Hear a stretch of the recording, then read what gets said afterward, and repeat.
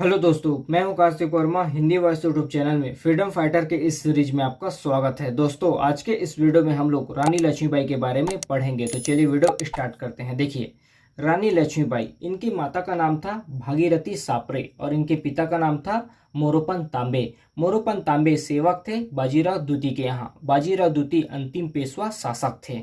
इन दोनों से, भागीरथी सापरे व मोरोपन तांबे से, वाराणसी में जन्म हुआ था रानी लक्ष्मीबाई का। 19 नवंबर 1828 को वाराणसी में रानी लक्ष्मीबाई का जन्म हुआ था, भागीरथी सापरे व मोरोपन तांबे के घर में। देखिए, रानी लक्ष्मीबाई के बचपन का नाम था मणिकर्णिका और लोग प्यार से उन्हें मनु कहकर बुलाते थे। रानी लक्ष्मीबाई का अन्य नाम था छबीली, जो कि प्रदान किया गया था बाजीराव द्वितीय के द्वारा। बाजीराव द्वितीय अंतिम पेशवा शासक थे।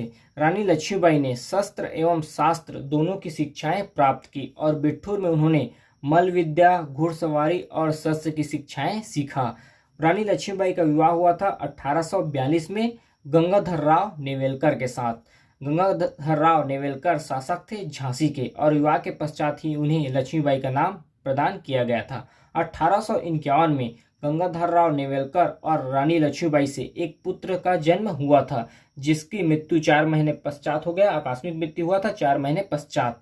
फिर उन्होंने दत्तक संतान अपनाया, अर्थात संतान को गोद लिया, जिनका नाम था दामोदर राव और आनंद राव। रानी लक्ष्मीबाई के दत्तक संतान का नाम था दामोदर राव और आनंद राव। 1853 में उनके पति के स्वास्थ्य खराब हो जाने के कारण, रानी लक्ष्मीबाई के पति के स्वास्थ्य खराब हो जाने के कारण उनका मृत्यु हो गया। 1857 की क्रांति की प्रथम वीरांगना रानी लक्ष्मीबाई को माना जाता है। उसके बाद देखते हैं डलहौजी की हड़प नीति। देखिए, डलहौजी की हड़प नीति के अनुसार दत्तक पुत्र राज्य का उत्तराधिकारी नहीं हो सकता। देखिए, डलहौजी की हड़प नीति के अनुसार राज्य का उत्तराधिकारी दत्तक पुत्र अर्थात गोद लिया हुआ पुत्र नहीं हो सकता। और रानी लक्ष्मीबाई का जो पुत्र हुआ था, उनका तो मृत्यु हो गया था 4 महीने पश्चात। फिर उन्होंने दत्तक पुत्र लिया था अर्थात गोद लिया था, दामोदर राव और आनंद राव।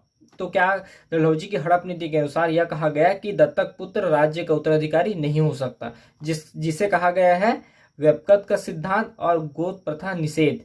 और इसी के तहत झांसी राज्य का विलय अंग्रेज ने अपने साम्राज्य में करने का निर्णय लिया, क्योंकि रानी लक्ष्मीबाई की कोई संतान नहीं थी और जो संतान हुआ था उसका मृत्यु हो गया था और रानी लक्ष्मीबाई का केवल दत्तक संतान था अर्थात गोद लिया हुआ संतान था, जिसके कारण व्यपगत के सिद्धांत के कारण या गोद प्रथा निषेध के अनुसार अंग्रेजों ने झांसी राज्य का विलय अंग्रेज साम्राज्य में करने का निर्णय लिया, जिसका विरोध करती है रानी लक्ष्मीबाई और लंदन में मुकदमा दायर करती है जॉन लैंग के सलाह पर। यह एक अंग्रेज वकील है।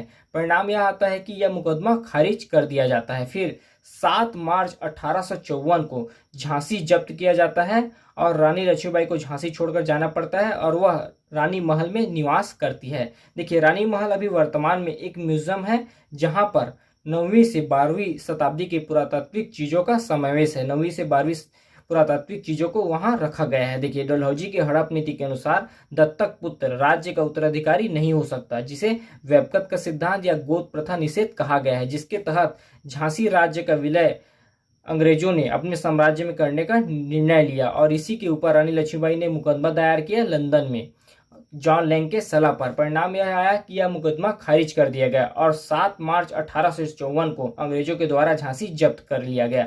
फिर रानी लक्ष्मीबाई रानी महल में शिफ्ट होती है रहने के लिए और वर्तमान में अभी रानी महल एक म्यूजियम है, जहां पर 9वीं से 12वीं शताब्दी का पुरातात्विक चीज रखे गए हैं। उसके बाद देखते हैं रानी लक्ष्मीबाई का विद्रोह। रानी लक्ष्मीबाई ने स्वयं सेना का संगठन किया और उन्हें प्रशिक्षित किया। रानी लक्ष्मीबाई की सेना में महिला एवं आम जनता भी शामिल थी और उनकी हमशक्ल, जिनका नाम था झलकारी बाई, उनको सेना में विशेष स्थान दिया गया। उसके बाद देखते हैं रानी लक्ष्मीबाई का विद्रोह। देखिए, विद्रोह की तिथि थी 1857। इस विद्रोह का नेतृत्व स्वयं रानी लक्ष्मीबाई ने किया था और उनकी सहायता किया था तात्या टोपे ने। इस विद्रोह में महिला एवं सामान्य जनता ने भी हिस्सा लिया था। विद्रोह के पश्चात रानी लक्ष्मीबाई ने झांसी के किले पर पुनः कब्जा कर लिया व राज्यारोहण किया और इस विद्रोह का दमन किया था अंग्रेज अधिकारी ह्यूरोज ने। देखिए, रानी लक्ष्मीबाई ने सबसे पहले सेना का संगठन किया एवं उन्हें स्वयं प्रशिक्षण किया। उनकी सेना में महिला एवं आम जनता भी शामिल थी और जो उनकी हमशक्ल थी झलकारी बाई, उनको सेना में विशेष स्थान दिया गया था। फिर रानी लक्ष्मीबाई की सहायता करते हैं विद्रोह में तात्या टोपे और पुनः रानी लक्ष्मीबाई झांसी के किले पर कब्जा करती है। उसके बाद उनका मृत्यु देखते हैं। देखिए, रानी लक्ष्मीबाई का मृत्यु हुआ था 17 जून 1858 को। ब्रिटिश सेना से लड़ते हुए रानी लक्ष्मीबाई वीर गति को प्राप्त हो गई। तो इस पार्ट में हम लोगों ने रानी लक्ष्मीबाई के बारे में पढ़ा। आपसे एक रिक्वेस्ट है, अगर अभी तक आपने हमारे चैनल हिंदी वॉइस नोट्स को सब्सक्राइब नहीं किया है तो प्लीज़ चैनल को सब्सक्राइब करें और वीडियो को लाइक शेयर जरूर करें। धन्यवाद।